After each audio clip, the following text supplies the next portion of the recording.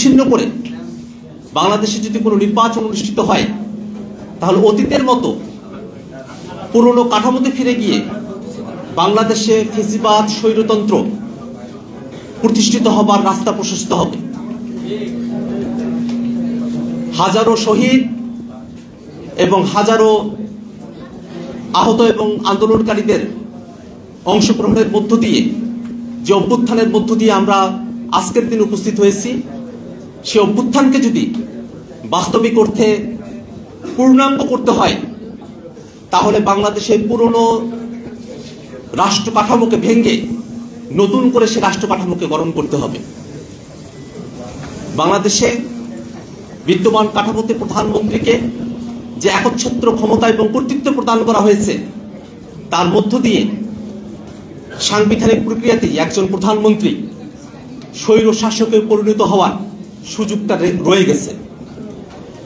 আমরা চাই বাংলাদেশের সংবিধান, বাংলাদেশের আইন এবং নীতিমালাগুলো এমনভাবে পুনর্লিখিত হোক, এমনভাবে সংবিধান, আইন এবং নীতিমালাগুলো প্রণীত হোক, যাতে করে স্বৈরতান্ত্রিক এবং কুক্ষিগত করে রাখবার যে মানসিকতা, সে মানসিকতা আইন, সংবিধান এবং নীতিমালাগুলোতে প্রাধান্য না পায়।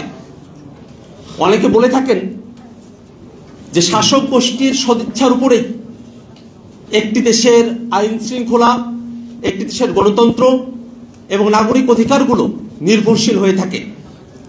এটা যেমন সত্য, শাসক গোষ্ঠীর সদিচ্ছা খুবই গুরুত্বপূর্ণ একটা বিষয়, কিন্তু শাসক গোষ্ঠী যে আইন, বিধান, সংবিধানের মধ্য দিয়ে নাগরিকের অধিকার, গণতন্ত্র সুরক্ষিত করবে, সেগুলো যদি স্বৈরতান্ত্রিক নীতিমালার আদলে পরিচালিত হয়, স্বৈরতান্ত্রিক নীতিমালার আদলে প্রণীত হয়, তাহলে শুধুমাত্র সদিচ্ছা দিয়ে স্বৈরতান্ত্রিক নীতির মধ্যে থেকে দেশের নাগরিকের জন্য মানবাধিকার এবং গণতন্ত্রকে সুরক্ষিত করা সম্ভব নয়। অন্ততপক্ষে আইনি কাঠামোতে, সংবিধানে যদি গণতন্ত্রের আভাস থাকে, ক্ষমতার বিকেন্দ্রীকরণ থাকে, জবাবদিহিতার কথা উল্লেখ করা থাকে, তাহলে যে কোনো শাসক গোষ্ঠী যাদের মনের মধ্যেও ফেসিবাদ এবং স্বৈরাচার উকি দেয়, তারাও এই আইন এবং সংবিধানের গণতান্ত্রিক প্রক্রিয়ার কারণে নিজেরা স্বৈরতান্ত্রিক হওয়ার পথে পরিচালিত হওয়ার ক্ষেত্রে বাধাপ্রাপ্ত হবে এবং জনগণ তাদেরকে জবাবদিহিতার আওতায় নিয়ে আসার ক্ষেত্রে সক্ষম হবে। আমরা দেখেছি বাংলাদেশের সাংবিধানিক যে প্রতিষ্ঠানগুলো রয়েছে, সেই প্রতিষ্ঠানগুলোতে একপাক্ষিকভাবে যে নিয়োগ প্রদান করা হয়, তার মধ্য দিয়ে বাংলাদেশে ক্ষমতাকে একটি নির্দিষ্ট গোষ্ঠীর কাছে কুক্ষিগত করে ফেলা হয়। যারা সরকার গঠন করেন, তাদের মর্জি মাফিক যদি বিচারপতি মনোনয়ন পান, দুদক, নির্বাচন কমিশন থেকে অন্যান্য সাংবিধানিক প্রতিষ্ঠানগুলো তারা যদি নিয়োগপ্রাপ্ত হয়, তাহলে স্বভাবতই সেই সাংবিধানিক প্রতিষ্ঠানগুলোতে যারা নিয়োগপ্রাপ্ত হলে তারা সরকারি দলের যে পারপাস এবং উদ্দেশ্য আছে, সেগুলোকেই বাস্তবায়ন করবার, সেগুলোকেই সার্ভ করবার মানসিকতা নিয়ে তারা তাদের কর্মজীবনটাকে অতিবাহিত করবেন। আমরা চাই বাংলাদেশ এক ব্যক্তির শাসন থেকে মুক্ত হয়ে বাংলাদেশ যেন সত্যিকার অর্থেই একটি গণতান্ত্রিক শাসনের মধ্য দিয়ে নিজেদেরকে বিশ্বের দরবারে উন্নীত করতে পারে, তেমন একটি কাঠামো বাংলাদেশে আসুক। বাংলাদেশের বিচার বিভাগ নিয়ে দীর্ঘ সময় ধরে আমাদের আফসোসের জায়গা রয়েছে, হতাশার জায়গা রয়েছে। যে বিচারালয়কে নাগরিকদের অধিকারের, নাগরিকদের আশা ভরসার সর্বশেষ আশ্রয়স্থল হিসেবে বিবেচনা করা হয়, সেই বিচারালয়ে যেভাবে নিয়োগ প্রক্রিয়া রাখা হয়েছে, সেই নিয়োগ প্রক্রিয়ার মধ্য দিয়ে দলীয় দাসত্ব সম্পন্ন ব্যক্তিদেরকেই বিচারপতির আসনে বসানোর পদ্ধতি তৈরি করে রাখা হয়েছে। আমরা বলেছি যেন বিচারালয় দলীয় প্রভাবমুক্ত হয়ে সত্যিকার অর্থে সেপারেট শুধু নয়, স্বাধীনভাবে কাজ করতে পারে, তেমন পদ্ধতি এবং মেকানিজম যেন তৈরি করা হয়। বাংলাদেশের বিচার ব্যবস্থাকে দলীয়ভাবে কুক্ষিগত করবার অনেক উদাহরণ আমরা অতীতে দেখেছি। সম্প্রতি আজকের দিনে জামায়াতের নেতা আজহার সাহেবকে অ্যাপিলেট ডিভিশন যে মুক্তি দিয়েছেন, সেখানে একটা কথা খুব স্পষ্টভাবে বলা হয়েছে যে একজন মানুষ এবং ব্যক্তি তাকে জুডিশিয়ালি লায়াবল করতে হলে যে ধরনের স্ট্যান্ডার্ডের মধ্য দিয়ে যেতে হয়, বিয়ন্ড রিজনেবল ডাউট, সন্দেহাতীতভাবে কোনো ব্যক্তি এবং মানুষের অপরাধকে প্রমাণ করতে হয়, তার ধারে কাছে না গিয়ে হাসিনার আমলে তৈরি করা আদালত বিরুদ্ধ মতের ব্যক্তিদেরকে যাচ্ছে তাই ভাবে বিচারের নামে প্রহসন করে জুডিশিয়াল কিলিংয়ের দিকে তাদেরকে ধাবিত করেছিল। এরকমটা যাতে বাংলাদেশে আর কখনো না হয়, সেটাই আমাদের প্রত্যাশা। বর্তমানে আন্তর্জাতিক অপরাধ ট্রাইব্যুনালে যে বিচার প্রক্রিয়া সম্পূর্ণ হচ্ছে, আমাদের প্রত্যাশা থাকবে হাসিনার আমলের মতো করে নয়, বরং সত্যিকার অর্থে আন্তর্জাতিক স্ট্যান্ডার্ডকে মেনটেন করে বিচার ব্যবস্থার ইউনিভার্সাল যে কোর্টগুলো আছে সেগুলোকে মেনটেন করে যেন বাংলাদেশে যে গণহত্যা সংঘটিত হয়েছে, মানবতা বিরোধী অপরাধ সংঘটিত হয়েছে, তার বিচারকে সম্পূর্ণ করা হয়। এটিএর আজহার সাহেবের মুক্তির মধ্য দিয়ে একজন ব্যক্তি ন্যায় বিচার প্রাপ্তির ক্ষেত্রে তার যে অধিকার, সে অধিকার তিনি প্রাপ্ত হয়েছেন।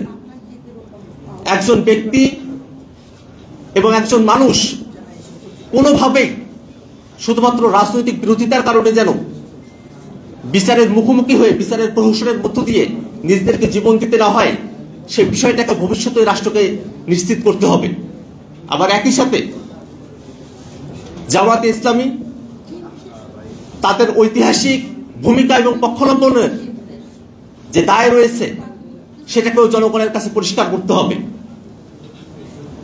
বাংলাদেশে যে নতুন দিনের কথা আমরা প্রত্যাশা করি, সেই নতুন দিনে যাতে কোনো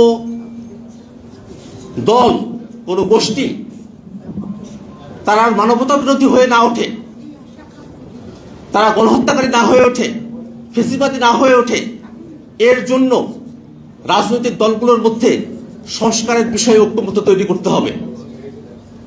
যে সংস্কারের আলাপ চলছে, অনেকে বলছেন নির্বাচিত সরকার এসে তারপরে সংস্কারকে সম্পূর্ণ করা হবে। আমরা মনে করি এই কথার মধ্য দিয়ে নির্বাচিত সরকারের উপরে সংস্কারের দায়িত্বভার অর্পণ করার মধ্য দিয়ে সংস্কারকে অনিশ্চয়তার দিকে ঠেলে দেওয়ার একটা মানসিকতা রয়েছে।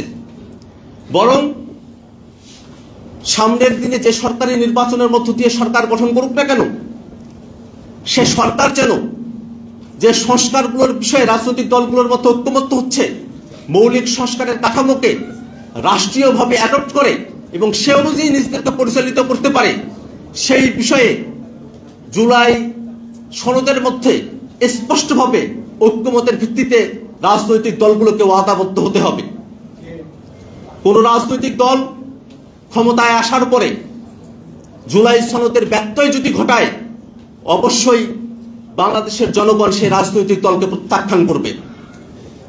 বাংলাদেশে বর্তমানে যে ক্রান্তিকালীন সময় অতিবাহিত হচ্ছে, সে সময়টাতে রাজনৈতিক দলগুলোকে বাংলাদেশের স্বার্থের প্রশ্নে একতাবদ্ধ থাকার আমরা আহ্বান জানাই।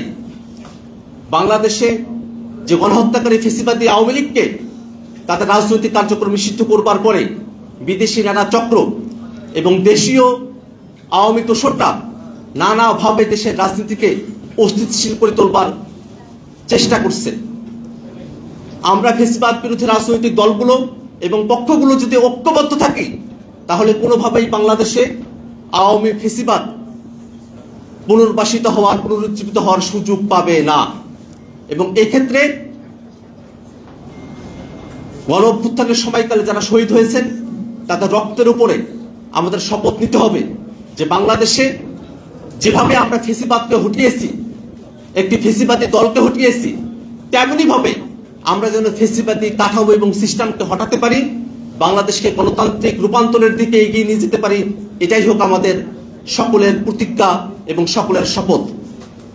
আমরা আশা করব রাজনৈতিক দলগুলোর সংস্কারের প্রস্তাবনাগুলো নিয়ে নানা ধরনের আলাপ আলোচনা হতে পারে, নানা ধরনের কথাবার্তা হতে পারে, কিন্তু ক্ষমতার ভারসাম্য, জবাবদিহিতা এবং বিকেন্দ্রীকরণকে নিশ্চিত করবার জন্য মৌলিক সংস্কারের প্রশ্নে রাজনৈতিক দলগুলোকে একমত হতে হবে।